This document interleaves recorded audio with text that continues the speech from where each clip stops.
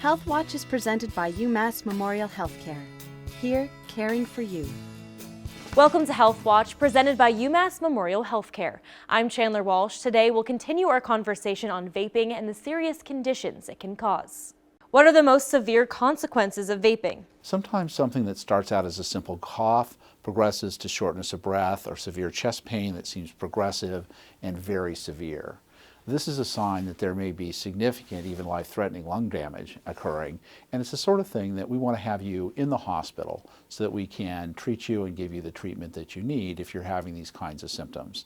These symptoms are dangerous, and almost every state in the United States we've lost a life due to not recognizing that the vaping-related lung disease can be progressive.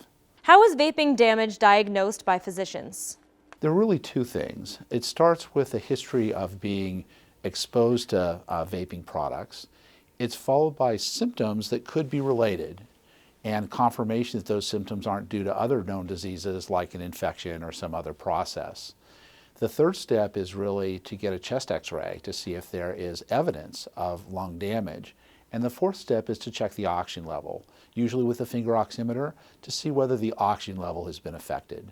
With those four pieces of information, we know exactly the right treatment plan. How is advanced vaping damage treated? It really depends whether your oxygen level is normal or whether it's low.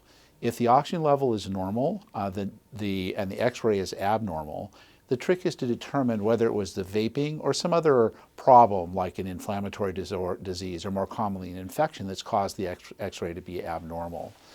If it's suspected that it's vaping, sometimes advanced diagnostics can be helpful to really nail it down. Cornerstone of treatment is to limit exposure. So the first thing to do is really to discontinue exposure to vaping and vaping products. But people with low oxygen levels, they need to have supplemental oxygen, and sometimes they need to be on a breathing device to help them with their work of breathing. That requires an advanced assessment and should really be done in the hospital. Is the damage to the lungs and gastrointestinal system permanent? We expect, particularly the GI symptoms, to be transient and to resolve on their own. The lung damage is expected to resolve on its own, but one of the things we're committed to is following the lung function and the radiograph until it's completely normal. And that can take several weeks, sometimes even months. Keeping track of what you're putting in your body, using your cell phone to record the different substances that you're vaping, the dates that you're vaping, any receipts you might have for obtaining the products, where you got it from, it really helps your doctors understand better what your level of exposure is. And also the device you're using and how you're using it. Those affect the size of the particles and the overall exposure. Those factors help your doctors to understand what your exposure was.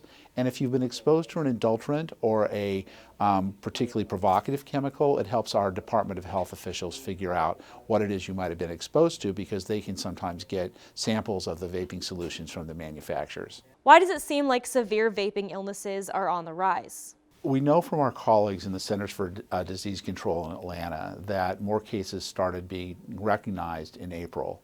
And there's really two theories. One theory is that this has been going on and people had just expected that it wasn't related to vaping, and now we're recognizing it more. Or it may be that there are particular chemicals in the vaping solutions that are particularly irritating to the lung. One of the candidates are vitamin E and its like substances that can sometimes be used to prepare solutions for vaping. And it's particularly important to avoid any products that might have vitamin E in them.